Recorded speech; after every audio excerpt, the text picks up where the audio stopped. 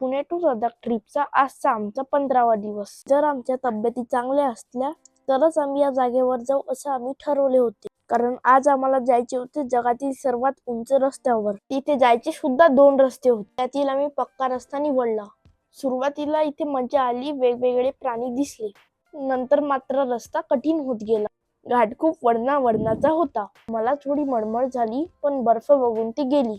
या रस्त्याने पहिले आम्हाला लागला फोर्टीला पास. बहुतेक या रस्त्यावरची आजची आमची पहिलीच गाडी होती. रस्ता क्लीन करून आम्ही एव्हरेस्ट बेस कॅम्प पेक्षा पण वर पोहोचलो.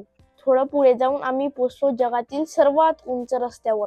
इथे सगळं जगातील सर्वात उंचावर होतं, जसं की कॅफे, पार्किंग आणि वॉशरूम सुद्धा. इथे ऑक्सिजन खूपच कमी असल्यामुळे आम्ही थोड्या वेळात खाली निघालो. कमी उंचावर जेवण करून आम्ही परत प्रवासाला लागलो. जाताना आम्ही कच्च्या रस्त्याने जायचे ठरवले. हा रस्ता सुंदर होता, पण इथे कुठलाच डायरेक्शन दिसत नव्हता.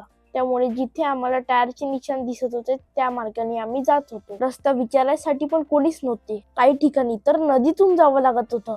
दिवसभर प्रवास करून संध्याकाळी आम्ही पोहोचलो समोरील लेकला. खूप प्रवास झाल्यामुळे आम्ही पाय मोकळे करायला जॉय सोबत फिरायला गेलो. त्यानंतर आम्ही आमच्या हॉटेलला चेक इन केलं. थकल्यामुळे आम्ही लवकर जेवून झोपी गेलो.